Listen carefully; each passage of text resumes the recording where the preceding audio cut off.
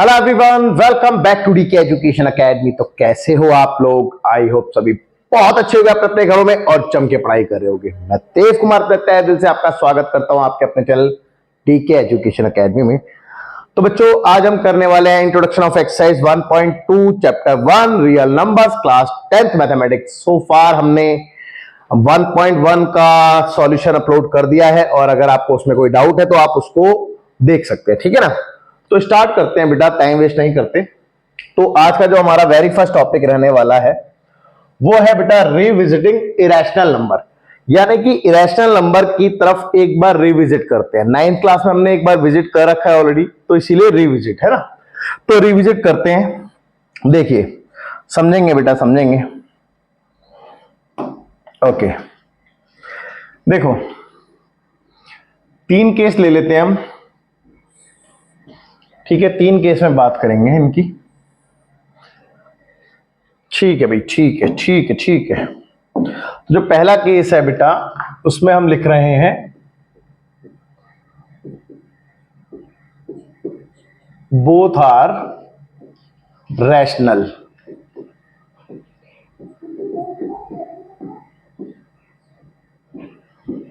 ठीक है, both are rational यानी कि दोनों ही रैशनल नंबर हो तो क्या होता है।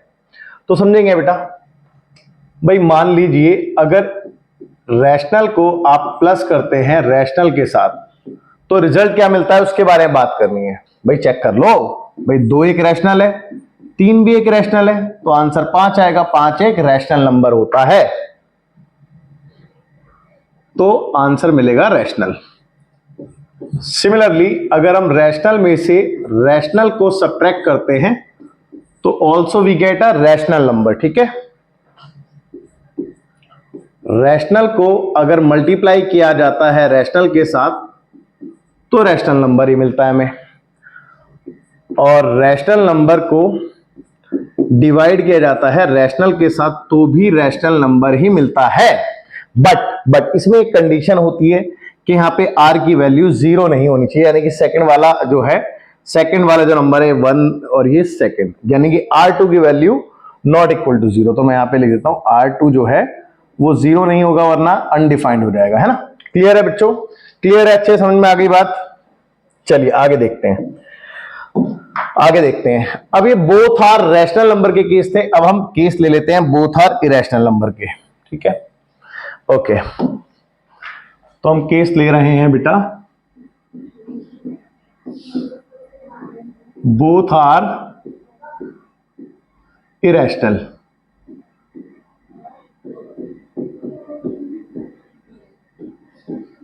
बोथ आर इरेशनल नंबर, है ना। अगर दोनों ही इरेशनल होते हैं तो देखो भाई, इरेशनल को इरेशनल में प्लस करके जो रिजल्ट आता है वो क्या आता है, ठीक है। इरेशनल में से इरेशनल को सब्ट्रैक्ट करके जो रिजल्ट आता है वो क्या आता है। इरेशनल में अगर हम इरेशनल का मल्टीप्लाई करते हैं तो क्या मिलता है, और इरेशनल में अगर हम डिवाइड करते हैं इरेशनल का तो क्या मिलता है। इसके ऊपर बात करेंगे।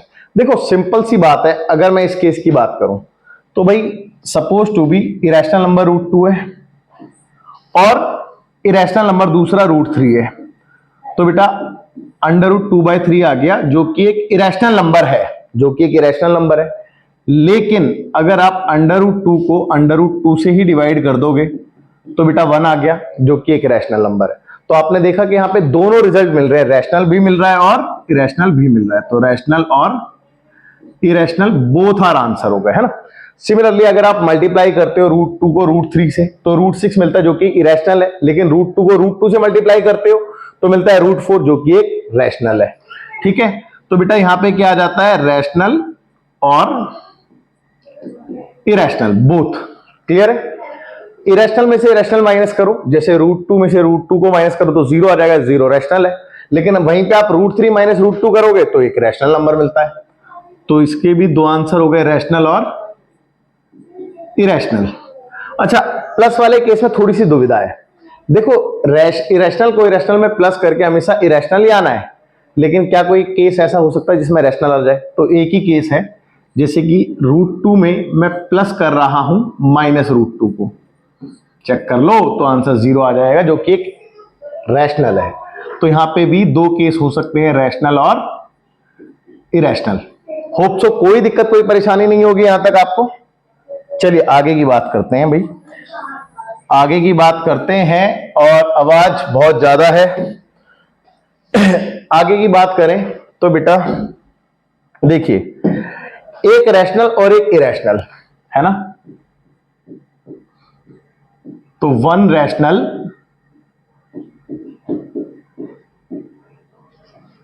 एंड अनदर इरेशनल, तब आंसर क्या मिलना है ना, तब बात करेंगे। चलिए, तो वेरी फर्स्ट केस है बेटा भाई, देखो रैशनल में अगर आप इरेशनल को प्लस करते हो तो हमेशा इरेशनल ही मिलेगा आपको। रैशनल में से इरेशनल को माइनस करते हो तो भी हमेशा इरेशनल मिलेगा आपको। रैशनल में मल्टीप्लाई करते हो इरेशनल का तो भी आपको इरेशनल मिलेगा। और रैशनल में, या फिर इरेशनल लिख लो पहले, चलो इरेशनल में अगर आप डिवाइड करते हो रैशनल का तो भी आपको इरेशनल ही मिलेगा। वैसे उल्टा भी होगा तो भी कोई प्रॉब्लम नहीं, लेकिन यहाँ पे रैशनल नंबर जो है वो 0 नहीं होना चाहिए, इसलिए मैंने इसको इधर लिखा, क्योंकि ये तो 0 होता नहीं बट ये 0 होता है। तो यहाँ पे हम कॉमा डाल के ये वाली बात कह सकते हैं कि भैया रैशनल जो है वो 0 नहीं होगा। चेक कर लो। तो आपने देखा बेटा कि अगर दोनों ही रैशनल थे तो आंसर रैशनल मिल रहा था, लेकिन दोनों इरेशनल थे तो आंसर दोनों मिल रहे थे। बट अगर एक रैशनल एक इरेशनल हुआ तो हमेशा इरेशनल मिल रहा है। तो होप सो आपको ये बात बहुत बहुत अच्छे से समझ में आ गई होगी। अब आप फटाफट से वीडियो पॉज करके इसको नोट कीजिए, बहुत इंपॉर्टेंट बात है ये, आपके आगे तक काम आएगी। ठीक है, चलिए आगे की बात करते हैं। तो आगे है बेटा थ्योरम 1.2। अब देखो इस थ्योरम को समझते हैं। आप एक काम कीजिए, आप लेट कीजिए, let P be a prime number. आपने एक पी को प्राइम नंबर मान लिया है ना, प्राइम नंबर, ओके। और आप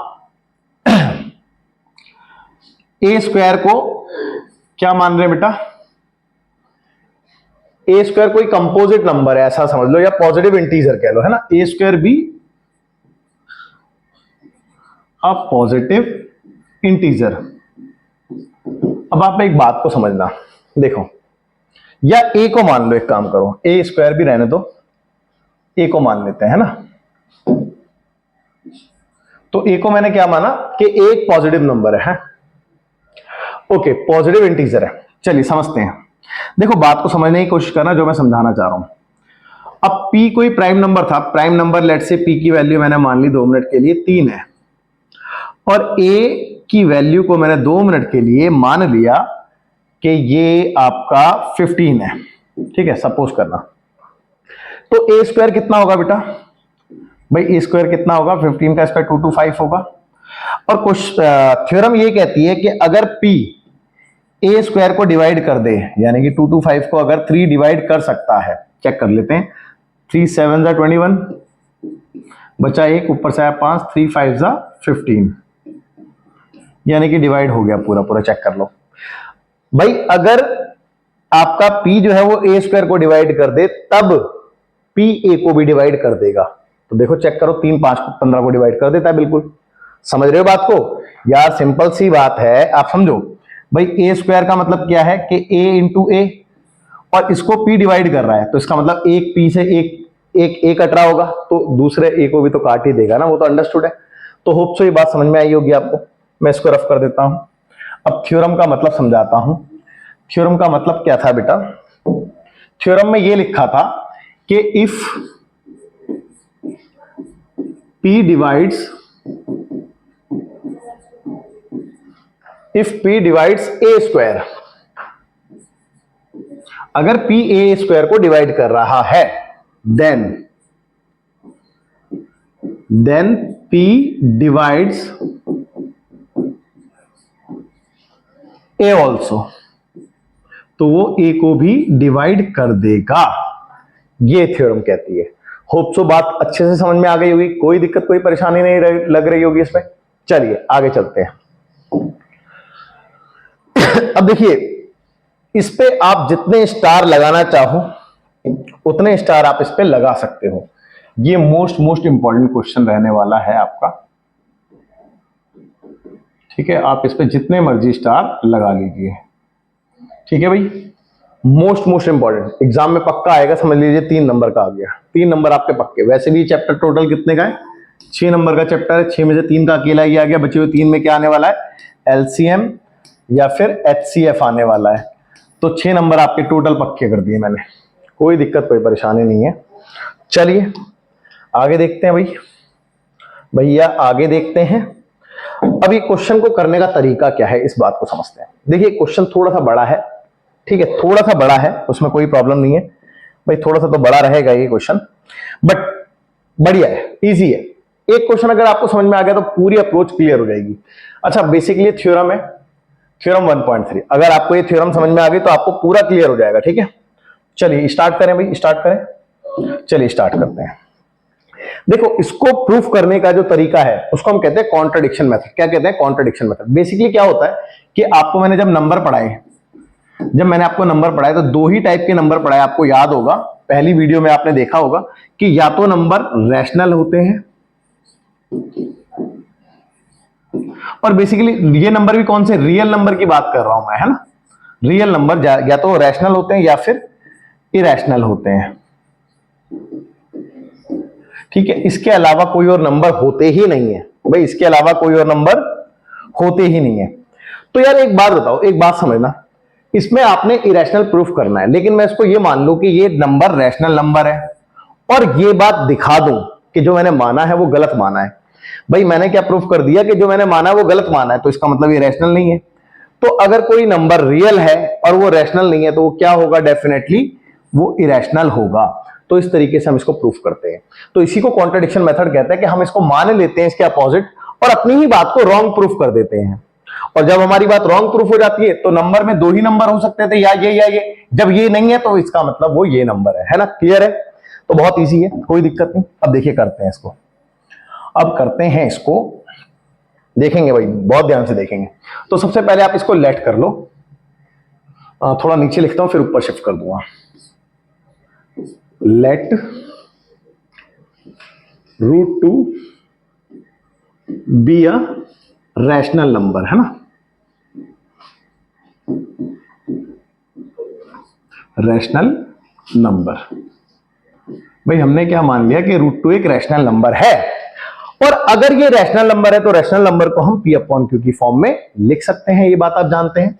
तो therefore √2 will be equal to P/Q, ठीक है, P/Q फॉर्म, कॉमा जहां पे P एंड Q क्या होते हैं बेटा, where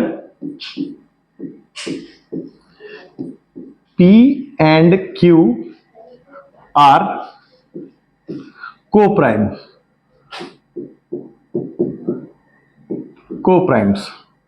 and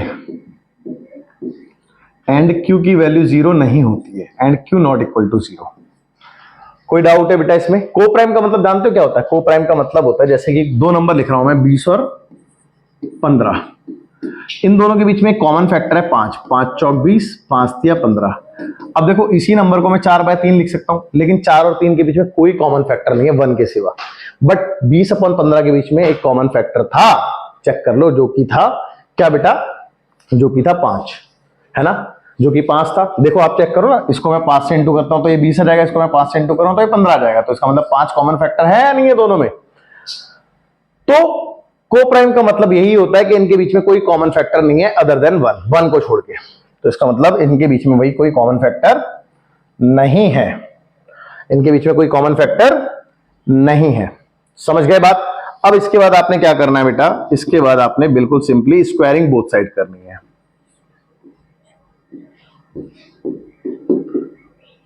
squaring both sides, और हमेशा करनी है बेटा, कोई बड़ी बात नहीं है। तो ये हो गया 2 और ये हो गया बेटा P²/Q², चेक कर लो, ठीक है, कोई दिक्कत नहीं। अब इसको थोड़ा सा शिफ्ट कर दिया जाए बेटा, यहां पे लगा लें। ओके, ठीक है, ठीक है बच्चों, बिल्कुल ठीक है। चलिए अब आपने क्या करना है, देखो इसका मतलब क्या है बेटा, इसका मतलब ये कि 2 जो है वो पी स्क्वायर को डिवाइड कर रहा है। यार एक बात बताओ, आप इसको ऐसे नहीं लिख सकते कि क्यू स्क्वायर बराबर पी स्क्वायर अपॉन 2, लिख सकते हो या नहीं लिख सकते? तो इसका मतलब पी स्क्वायर को 2 ने डिवाइड किया और आंसर क्यू स्क्वायर मिला मेरे को, है ना? इसका मतलब यही है भाई। तो it means it implies 2 divides P square. इसका मतलब यही है भाई, 2 जो है पी स्क्वायर को डिवाइड कर रहा है, और अगर 2 पी स्क्वायर को डिवाइड कर रहा है तो अब ये भी पीछे हमने एक थ्योरम पढ़ी है, तो वो पी को भी डिवाइड करेगा बेटा, है ना? तो 2 डिवाइड्स पी ऑल्सो। ये कैसे आया बेटा? थ्योरम से आया, और इसको हम फर्स्ट मान लेते हैं, बेसिकली फर्स्ट स्टेटमेंट, है ना? कोई दिक्कत, कोई परेशानी नहीं। ओके, अब एक बात बताओ, जब 2 ने पी को डिवाइड किया, सॉरी जब पी ने 2 को डिवाइड किया, जब 2 ने पी को डिवाइड किया तो कुछ ना कुछ आंसर आया होगा डिवाइड करके, डेफिनेटली आया होगा। तो वो आंसर मैंने 2 मिनट के लिए मान लिया एम है। तो पी बराबर क्या हो गया बेटा, चेक करो, 2m हो गया या नहीं हो गया? कोई डाउट है? कोई डाउट नहीं है। तो मैं यहां पे लेट कर लूं ये बात को कि late p equal to 2m, भाई p इक्वल टू 2m, कोई डाउट नहीं है। अब इसमें स्क्वायरिंग अगेन करेंगे, again squaring both side, again squaring both side. Okay, तो ये हो गया बेटा पी स्क्वायर, और इस तरफ हो गया 2 का स्क्वायर 4, m का स्क्वायर m स्क्वायर। चेक कर लो, कोई दिक्कत कोई परेशानी नहीं है यहां तक भी। अब थोड़ा सा इसको और शिफ्ट कर दूं मैं एक बार, उसके बाद आगे की बात करते हैं हम आपसे। ठीक है भाई, ठीक है, चलेगा भाई, चलेगा, चलेगा यहां पे, बिल्कुल चलेगा। ठीक है, अब देखो इस पी स्क्वायर की वैल्यू डालने वाला हूं मैं। अब आप चेक करो ना पी स्क्वायर की वैल्यू क्या है। अरे चेक कर लो भाई, पी स्क्वायर की वैल्यू क्या है, देखो 2 की स्क्वायर नहीं है। अरे यहां से पी स्क्वायर की वैल्यू अगर आप निकालते हो तो 2 क्यू स्क्वायर आएगी, नहीं आएगी? वो यहां पे पुट कर दो। तो भैया यहां पे आपने डाल दिया 2 क्यू स्क्वायर बराबर 4m square as it is. अब देखो ये 2 से 4 कैंसिल हो जाएगा 2 टाइम्स में, तो बेटा यहां पे क्या बचा, Q square equal to 2m square. Check करो, तो इसका मतलब 2 जो है वो क्यू स्क्वायर को डिवाइड कर रहा है। भाई 2 जो है वो किसको डिवाइड कर रहा है? क्यू स्क्वायर को डिवाइड कर रहा है ना? भाई इसका मतलब यही है, देखो ना भाई, क्यू स्क्वायर को जब 2 ने डिवाइड किया तभी तो एम स्क्वायर रिजल्ट मिला हमें। चेक कर लो, कोई दिक्कत कोई परेशानी नहीं होनी चाहिए यहां पे। ठीक है, तो ये बात लिखेंगे, it implies 2 divides Q square. और जब 2 क्यू स्क्वायर को डिवाइड कर रहा है तो थ्योरम के अकॉर्डिंग वो क्यू को भी डिवाइड करेगा। तो 2 divides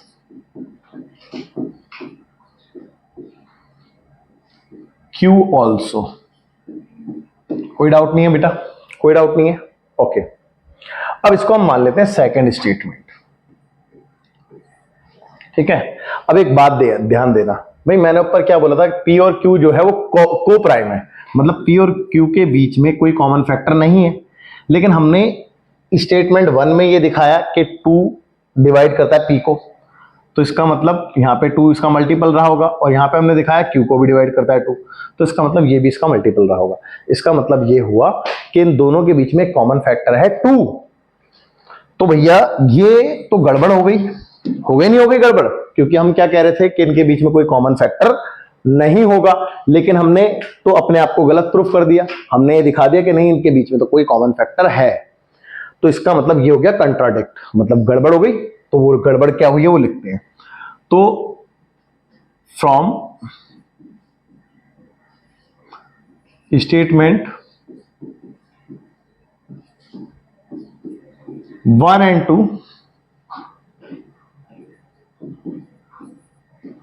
comma we can say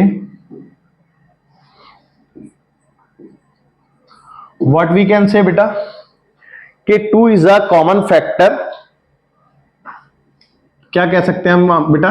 2 is a common factor of P and Q. भाई 2 जो है वो पी एंड क्यू के बीच में एक कॉमन फैक्टर है, और अगर ये कॉमन फैक्टर है तो ये हो गया कंट्राडिक्शन. तो this is contradiction. This is contradiction.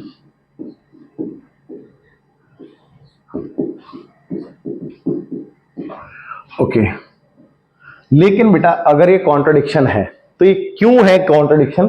Due to our wrong assumption. ये कॉन्ट्राडिक्शन क्यों है? Comma due to our wrong assumption. हमारी गलत अजम्पशन की वजह से. और हमने गलत अजम्पशन क्या की थी? That is root 2 is rational. यही तो हमने गलत अज्यूम किया था. Is rational. रैशनल चेक कर लो. तो इसका मतलब ये हुआ कि भैया हमने गलत अज्यूम कर लिया था कि ये रैशनल है, इस वजह से गलती हुई. तो इसका मतलब ये इरेशनल है. So therefore we can say what we can say root 2 is irrational.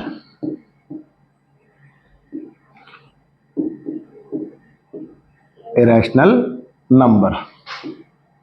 खैर नंबर बोलो या मत बोलो उससे कोई फर्क नहीं पड़ता, बट इतना जरूर कह रहा हूं कि आपको कोई दिक्कत नहीं रही होगी इसमें. आपको अच्छे समझ में आ गया होगा.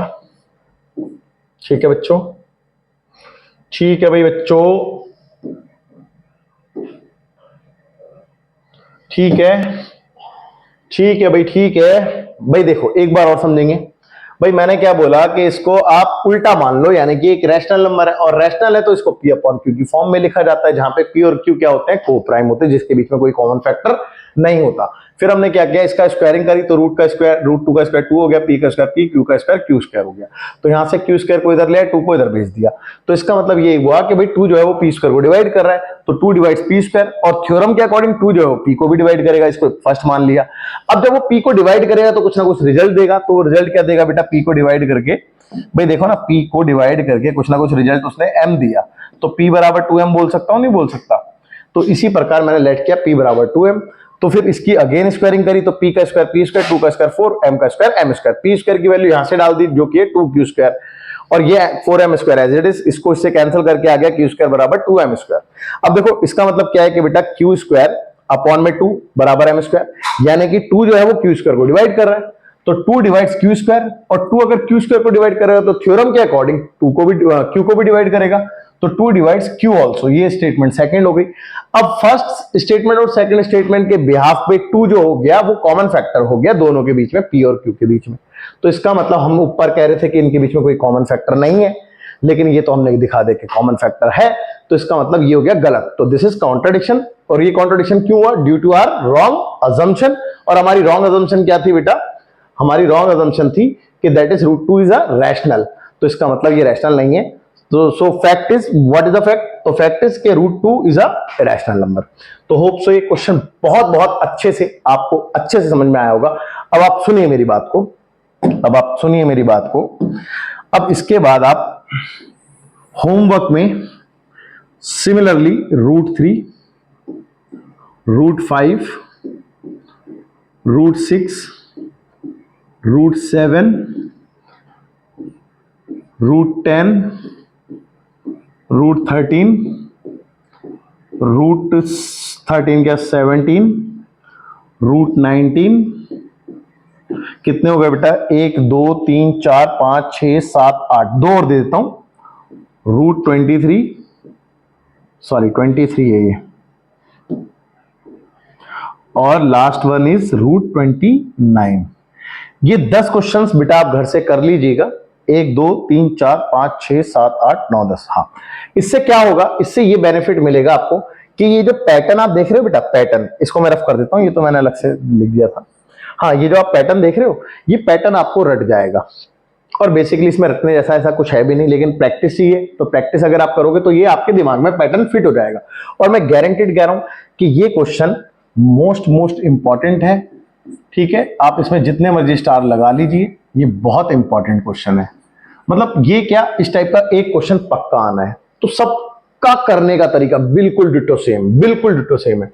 सपोज टू भी यहाँ पे 3 होता, √3 होता, तो √3 यहाँ पे 3 आ जाता, यहाँ पे 3 आ जाता, यहाँ पे 3 आ जाता, यहाँ पे 3 आ जाता, यहाँ पे 9 हो जाता, यहाँ पे कट के 3 आ जाता, यहाँ पे 3 आ जाता, यहाँ पे 3 आता, यहाँ पे 3 आता, यहाँ पे 3 आता, बस यहाँ पे 3 आता, यहाँ पे 3 आता, हो गया क्वेश्चन। मतलब पूरा डिटो सेम लिखना है, बस वैल्यू तो चेंज हो रही है।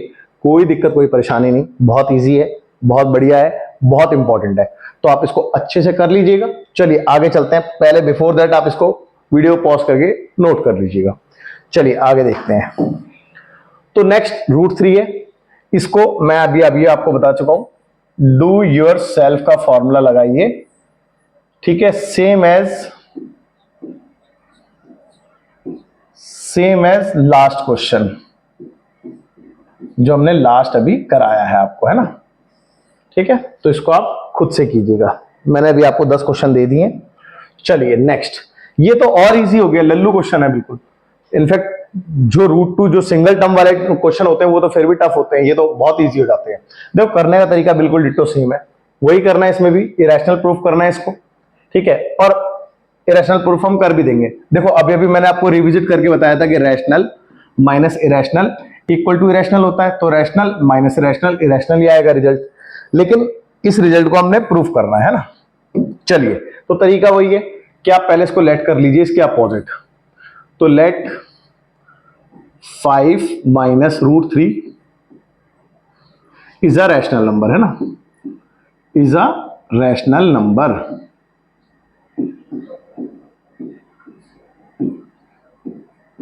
ओके, अगर ये रैशनल है तो इसको P अपॉन Q फॉर्म में लिखा जा सकता है।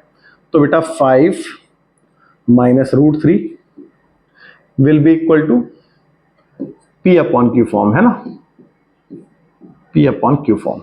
और जहां पे P और Q क्या लिखेंगे बेटा, where P and Q are integers. अच्छा, किसी के मन में ये डाउट तो नहीं है कि सर यहाँ पे को प्राइम नहीं लिखा? को प्राइम लिख लो, कोई फर्क नहीं पड़ता, क्योंकि वहां पे मेरे को को प्राइम वाला कॉन्सेप्ट लगाना था उस टाइप के क्वेश्चन में, तो इसलिए को प्राइम लिखा था। यहाँ पे ऐसा कोई कॉन्सेप्ट यूज ही नहीं होना है, तो इसलिए नहीं लिखा। बाकी आप लगाना चाहो तो आप लगा लो। इसके बाद आपने क्या करना है, हमेशा इस टाइप के हमेशा क्वेश्चन में क्या करना है, आपने जो इरेशनल नंबर वाला पार्ट है उसको एक तरफ छोड़ के बाकी सबको शिफ्ट करना है। तो सबको शिफ्ट करो बेटा। देखो 5 इसको इधर ले आओ, माइनस P अपॉन Q हो जाएगा, और √3 उधर जाके प्लस हो जाएगा। देखो हो गया पूरा शिफ्ट भाई, ये इरेशनल और बाकी सारा पार्ट इधर हो गया। अब आप एक बात हो, मैंने अभी रिविजिट आपको कराया था कि भाई रैशनल में से रैशनल को घटाते हो तो ऑल्सो आ रैशनल नंबर, बताई थी ये बात। तो देखो चेक करो, 5 एक रैशनल है, P अपॉन Q भी एक रैशनल है, तो rational minus rational we get also rational. तो इसका मतलब लेफ्ट हैंड साइड क्या है, रैशनल है भाई। सिंस वी नो, आप लिख सकते हो ये बात, सिंस वी नो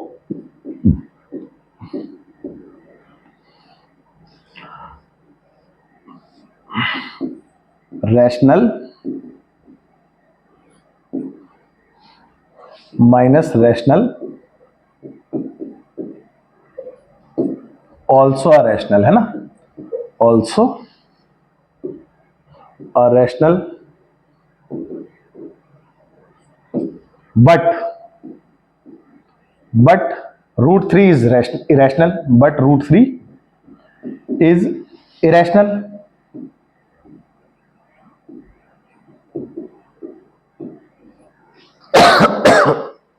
ठीक है भाई, चलिए समझते हैं इनको। देखेंगे भाई, देखेंगे, बहुत प्यार से देखेंगे, कोई दिक्कत परेशानी नहीं आने की आपको, आराम से देखेंगे। चलिए ओके, अब देखो, तो इसका मतलब भाई हमने क्या लिखा, since we know that rational minus rational also are rational but root 3 is irrational. भाई इसका मतलब ये है कि लेफ्ट हैंड साइड जो है वो रैशनल है, सो देयरफॉर आप चाहो तो ऐसे भी लिख लो लेफ्ट हैंड साइड, ठीक है, equal to right hand side. ओहो, हाँ, या फिर ऐसे ही रहने दो भाई, लेफ्ट हैंड साइड क्या है आपकी, रैशनल।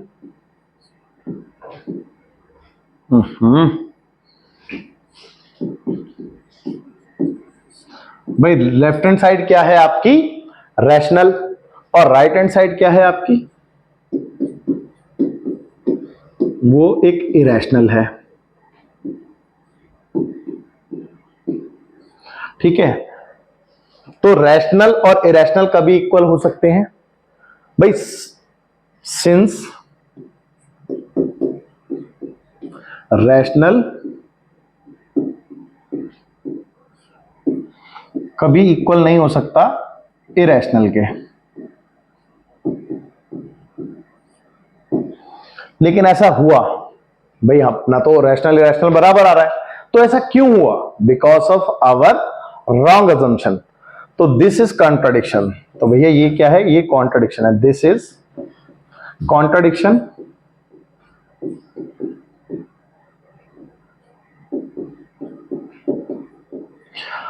और कॉन्ट्रडिक्शन क्या है, क्यों हुई, due to our wrong assumption, due to our wrong assumption।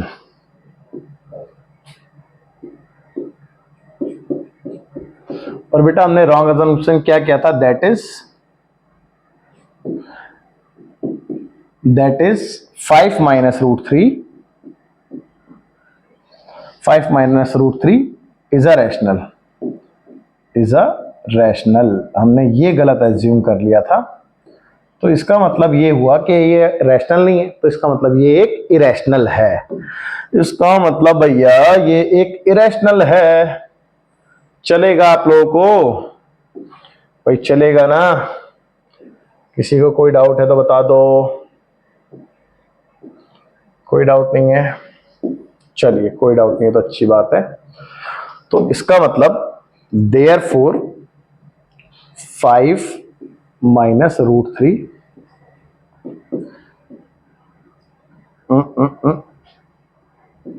is a irrational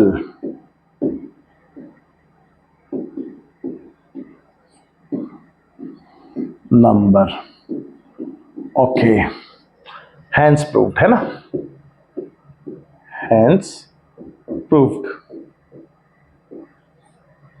okay, तो बच्चों कोई दिक्कत कोई परेशानी नहीं, बहुत इजी क्वेश्चन था, अच्छे समझ में आया होगा। चलिए फटाफट से वीडियो पॉज करके नोट कीजिए, फिर देखते हैं आगे।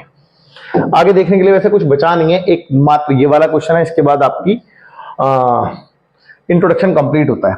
तो देखिए बहुत इजी क्वेश्चन है, सिमिलरली मैं इसमें हिंट दूंगा, आपने करना है पूरा काम। मैंने आपको क्या बताया कि आप इसको 3√2 को आप क्या मान लो बेटा, रैशनल, और रैशनल मान लिया तो इसको पी अपॉन क्यू की फॉर्म में लिख लो। इसके बाद मैंने आपको बताया सबको उधर भेज दो, रैशनल इरेशनल वाले पार्ट को छोड़ के, तो बेटा इरेशनल वाला पार्ट एक तरफ कर लो, बाकी सबको शिफ्ट कर दो। तो पी अपॉन में ये 3 इधर रहेगा तो 3 क्यों हो जाएगा, चेक करो। अब बेटा ये तो है इरेशनल, चेक करो भाई ये क्या है, इरेशनल, और ये क्या है बेटा, पी अपॉन क्यू। देखो ना भाई, ये इंटीजर, ये integer, integer into integer integer होता है, इंटीजर अपॉन इंटीजर भी क्या होता है, एक रैशनल नंबर होता है। तो भैया ये क्या हो गया, ये रैशनल हो गया, तो फिर से कॉन्ट्रडिक्शन आ गया, इरेशनल बराबर रैशनल, और ये कॉन्ट्रडिक्शन क्यों हो गया, क्योंकि आवर रॉन्ग अजम्पशन है ना, because of our wrong assumption, that is this is a rational number, है ना भाई। तो इस यहाँ पे हम ये बात कह सकते हैं कि ये एक इरेशनल नंबर है। तो बहुत इजी क्वेश्चन था, इजी पीजी था, बिल्कुल इजी पीजी था, कोई भी दिक्कत कोई परेशानी इसमें नहीं होनी चाहिए आपको। तो बच्चों ये आपका हो गया कंप्लीट, और इसके बाद नहीं, कुछ नहीं बचा है। इसके बाद आपकी बस एक्सरसाइज बची है, जो कि कौन सी है बेटा, सॉरी 1.2, और 1.2 आप चाहो तो बच्चों खुद से ट्राई कर सकते हो, क्योंकि मैंने आपको कोई दिक्कत कोई परेशानी, मतलब सारा कॉन्सेप्ट आपको करा दिया है और इजीली आपसे हो जाएगा। तो ये आपके लिए बेटा होमवर्क रहा, ठीक है भैया, ये आपके लिए होमवर्क है। होमवर्क क्या है बेटा, आप एक्सरसाइज 1.2 ट्राई करेंगे, बट इन केस कोई डाउट आता है तो मैं इसका सॉल्यूशन आपको दूंगा, ठीक है, मैं इसका सॉल्यूशन आपको दूंगा, बट लेकिन बिफोर दैट आप ट्राई जरूर करना। और दूसरा ये लास्ट एक्सरसाइज है, इसका चैप्टर आपका ओवर हो जाता है। इसके बाद हम एग्जाम्पलर करेंगे, एक क्लास एग्जाम्पलर में लगाएंगे, एग्जाम्पलर के मैक्सिमम क्वेश्चन हम डिस्कस करेंगे और इस चैप्टर को वाइंड अप कर देंगे, क्लोज कर देंगे, पैकअप कर देंगे इस चैप्टर का। फिर हम करेंगे अपना चैप्टर थर्ड। कौन सा चैप्टर करेंगे बच्चों, chapter third, that is pair of linear equation in two variable. बहुत इंटरेस्टिंग चैप्टर है, मजेदार चैप्टर, मजा आएगा। चलिए अब आप फटाफट से वीडियो पॉज करके नोट कीजिए और समय हो चुका है अब आपसे अलविदा कहने का। सो बाय बाय, टेक केयर, जय हिंद, मिलते हैं आप लोगों से।